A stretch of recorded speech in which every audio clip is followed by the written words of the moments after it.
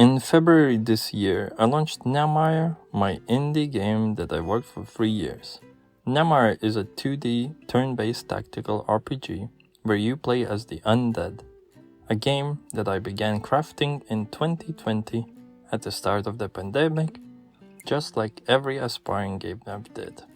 Inspired by amazing titles like XCOM 2, Darkest Dungeon, and Gears of War Tactics, I just had to make my own spin on tactical turn-based game. Mistakes were made. Actually, a lot of mistakes were made. Initial plan was to release the game before July 2023, just so I could fully focus on the birth of my daughter, knowing that juggling development and taking care of a newborn would be incredibly hard. But the game was nowhere near being ready for release.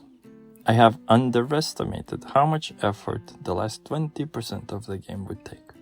Therefore, I postponed it by 6 months and reduced scope of Nemire.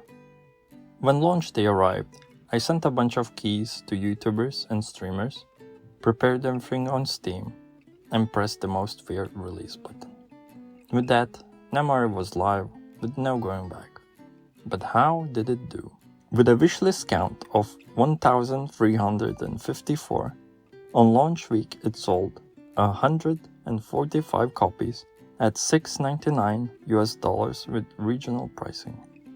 As of November 2024, it has sold 374 units, earning $1,836 net, and a total wishlist count at 3,166.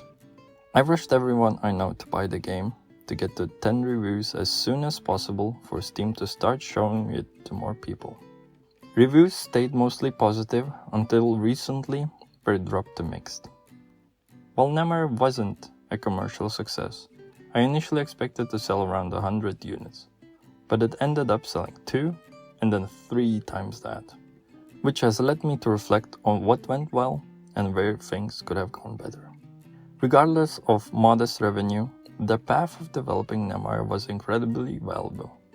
My goal was to touch every single aspect of game development in order to learn as much as possible, because my future goal is to create great games that sell well. And for that, it is essential to analyze what worked and what didn't. To start with, Nemire was overscoped in my head, and the features like turn-based system, procedural generation, modular and dynamic AI are not the most beginner-friendly topics. All of them had to be redone at least twice to fit my growing appetite for features, which came out unpolished and, as it turns out, game-breaking. On that note, the game launched with game-breaking bugs. The most heartbreaking thing I saw was a streamer running into an issue which hangs the game mid-flight. Then the reviews came in, reporting the same crash over and over, and with each one, it felt like another blow for the watch. Another factor was non-gameplay related features.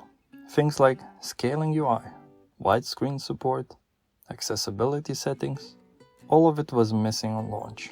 I scrammed patching the game's freezing issues and adding all these other small things in.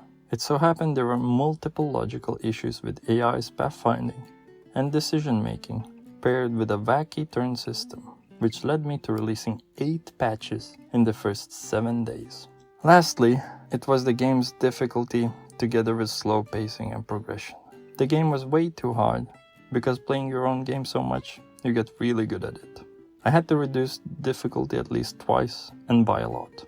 Additionally, units were leveling, gaining abilities, and upgrades too slowly, making players lose interest in the game. Combined with how slowly I introduced new enemies, the pacing was just painful. Though it had its difficulties, working on Nemire was something I poured my heart into. It was the childhood dream come true of a man in his 30s. 300 people paid money to play my game.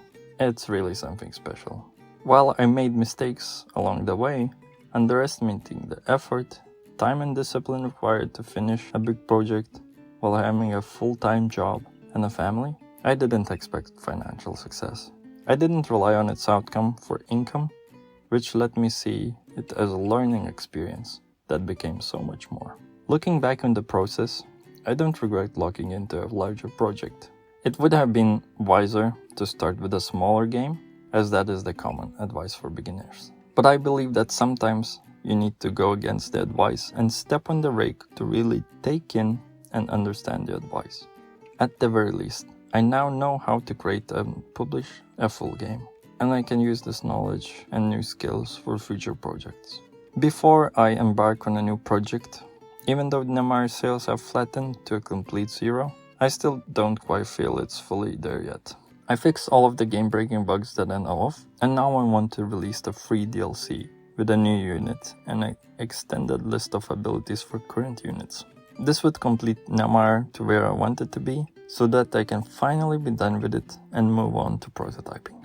Speaking of which, I've almost completed one prototype and I have a few more in my head that I want to try out. Now, I will need to do it right this time and try to get early feedback from people I don't know. For those looking to break into game development, it's incredibly rewarding to work on a passion project.